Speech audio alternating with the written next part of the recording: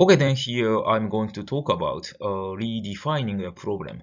What I'm going to explain here is how you could apply the result of analyzing a problem for redefining a problem, translating the initial problem definition into the combination of solvable problem. After analyzing your problem, I would like to recognize what's going on. And so firstly, you have defined your problem by using this template with three information elements. And then through the process of analyzing your problem, you have recognized your system includes some of components and they're interacting together to generate positive state and negative state. And so now the recognition of a problem is like this, as shown in this PowerPoint slide. Then I would like you to notice that negative state can be recognized as a combination of typical conflicts among components. So through the function analysis of a problem, you may notice that there is a smaller conflict of components in your system. And the conflicts could be categorized into limited number of patterns. So here I would like to explain. So although there are many problems in various engineering fields, but if we recognize them as a conflict, they could be categorized into a few patterns. The first one is component 1 acts on component 2. Component 1 positively acts on component 2, but component 1 negatively acts on component 2. Component 1, so this could be one of the specific example of this situation is hammer and nail. So when you hit a nail, so this is a positive state of hammer.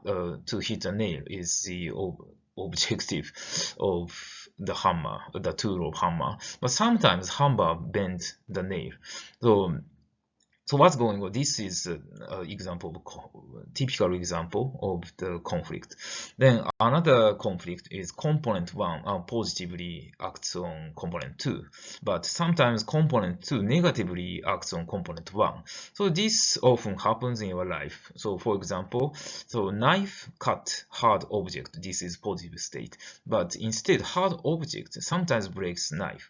So this kind of conflict could be observed. So probably in your research activities, or in the process of obtaining data, or so in many of the research team may be dealing with this kind of conflicts. And another thing is component 1 positively acts on component 2, but component 1 deteriorates component 1 itself. And this is a kind of rough example, but automobile moves person. This is positive state, but automobile itself deteriorates. So another two examples. Component 1 positively acts on component 3, but component 1 positively acts on component 2, but component 1 negatively acts on component 3. So this is quite an easy example. Automobiles moves person, this is a positive state, but automobile harms environment. So this is what's going on in our world. So this is one of the example of the model of this conflict. Then another conflict is component 1 positively acts on component 2, and then component 2 positively acts on component 3, but component 1 negatively acts on component 3. So this is an example. So we use lubricant for machining tool. It's prevents seizure. This is example positive state. And machining tool, of course, machines metal, but lubricants sometimes the metal corrosive.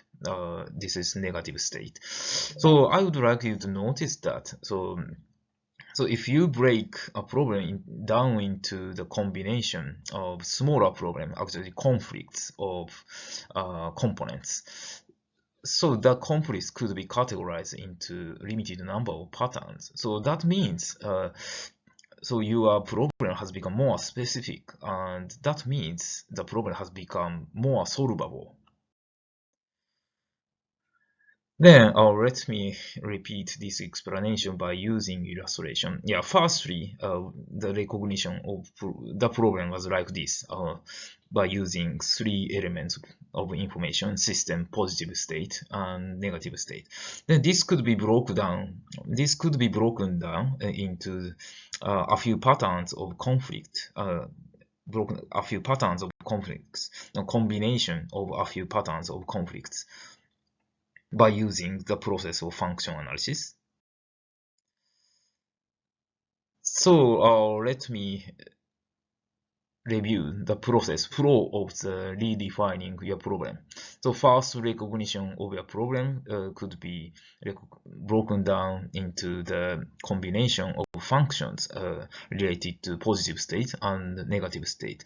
Then you could just pick up the conflict which is going on in the system.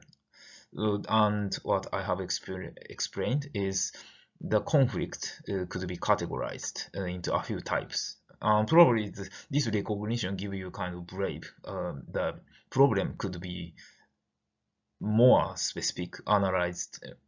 A problem could be recognized as a more specific combination of more specific problems, conflicts. So I would like you to try to use template for redefining a problem. The first recognition, so the explanation which I instructed so far could be transformed into these templates. The first recognition of a problem was if we introduce system, positive state is generated, but negative state is also generated. So after completion of redefining a problem, the initial statement of problem could be transformed into this expression.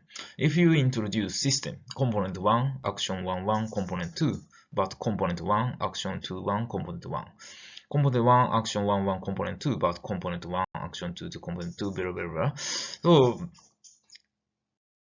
if we generalize this description, a problem could be broken down into a smaller combination of the conflicts, which could be given by the description, which is shown in this PowerPoint slide. Okay, then this is all for this session. Thank you for listening.